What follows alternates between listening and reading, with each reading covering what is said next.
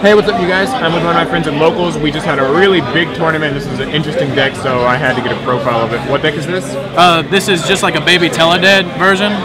So, like, basically, like when I saw like the Shadow Mist and all that, I remembered like what TeleDAD did, and I kind of just threw everything together. And it's not as powerful as TeleDAD, but it still can get a lot of good plays. So, all right, let's see this.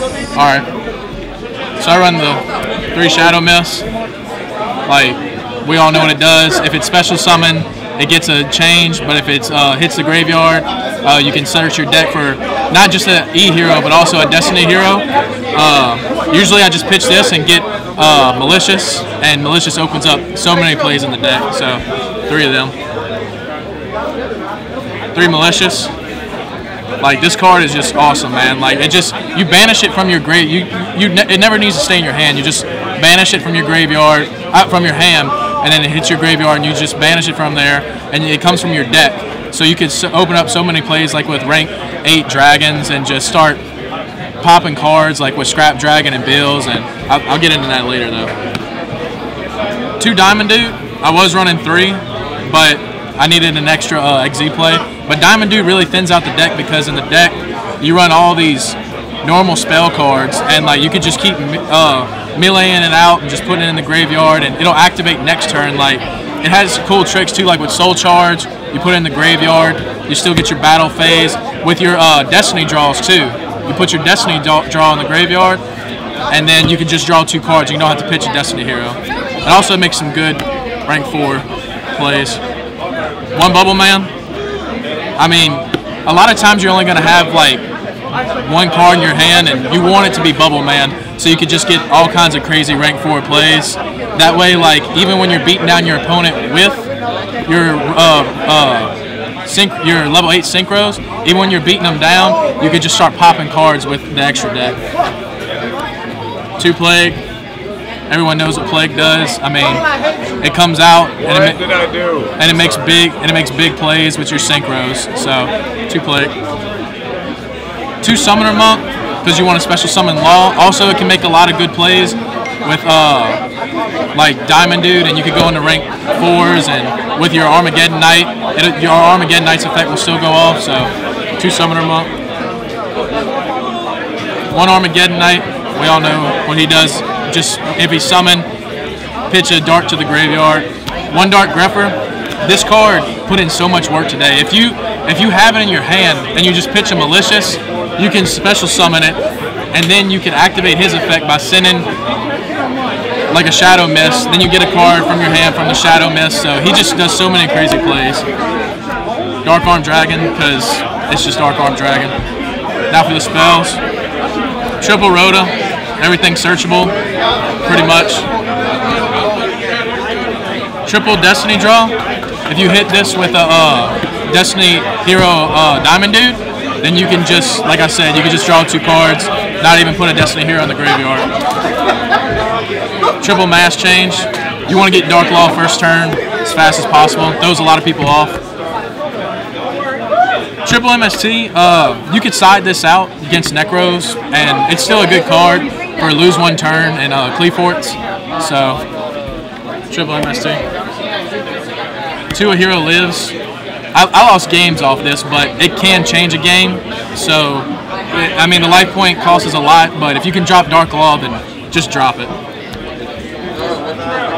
1 Foolish, 1 Regeki, 1 Allure, 1 Soul Charge, which won me quite a few games. Like, if this card is just nuts. So don't be hesitant to pay the life points. 1 Book.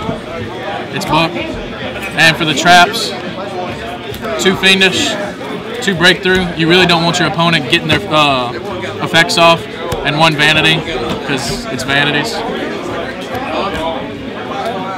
For the extra deck. I mean, for the extra deck. 2 Dark Law. Vanishing's good. He banishes stuff from the hand when someone searches, so it's good. Anki, because he searches out your deck, thins it out. Acid, to blow up a field if you're playing Fire Fist, or just someone who has an all-around big back row. I didn't use this as much. I might cut it out, but it's still an option. Goyo, you want to steal your opponent's monsters as much as possible. Like this card came in handy. Like I even ranked forward with this card because I stole 2 of their level 4 monsters. So Bills, because Bills is just Bills. Scrap Dragon, you want to pop cards, and if you use Scrap Dragon on the field with Bills, you can target the Bills for the Scrap Dragon, pop their card, and you don't lose your Bills. So there's really no loss. Dark End Dragon, I didn't use this, but you can still pop cards if you use Soul Charge, so you just keep popping. He loses 500 attack and defense, and you just pop a monster. Stardust, which I didn't use at all, just for destruction. I'm really probably gonna cut this to get a Stardust Spark Dragon. Void Ogre for the Necros matchup. You want to shut down Necros, and if you know they only have 1 Kaleidoscope in their hand or one of their ritual cards, drop the Void Ogre. Rank 4s, Castell, Black Ship of Corn, MVP, Master Key Beetle, 101, Lavalval Chain. Lavalval Chain opens up so many plays, so this is a must in the deck. Like, you need this. Master Key Beetle, if you detach, you can target a monster can't be destroyed by card effects, so it's a good combo with the Scrap Dragon, so that you can target that monster and it won't get destroyed. Side deck, I mean, I didn't use them too much. 2 Karma Cuts, because you want to ban for Satellar Knights. You want to banish as much stuff in their graveyard as possible, and on the field. 1 Crush card. I hit the Necros player with this, and he just scooped. Solemn Warning, negate stuff. Compulse, Compulse. Just the generic traps. You really need to run these in the side deck, I believe, because they're still good. 1 Scrap Iron Scarecrow, just so you don't get killed if everything gets blown up, because you can get blown up easy. Mass Charge for your 1-ups. Trap Stun for back row hate. 2 Mind Crush, Necros. Use it with Dark Law and it all gets banished. And 2 Dark Bribes for negating the ritual cards. So that's pretty much it. It's a good deck.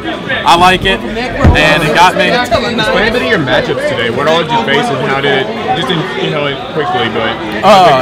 I played against a Shadal player, and like I was doing good and all, and I dropped Dark Law first turn, but he had a Regeki.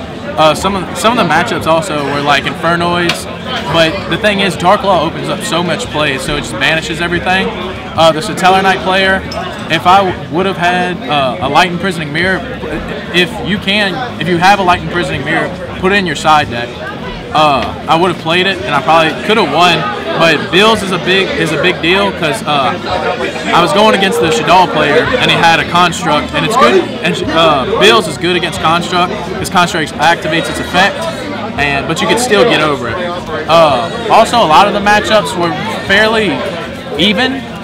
They also had it was Spellbooks, wasn't it? They had a Spellbooks player, and you can shut down everything with your breakthrough skills and your Fiendish Chains and your Vanities.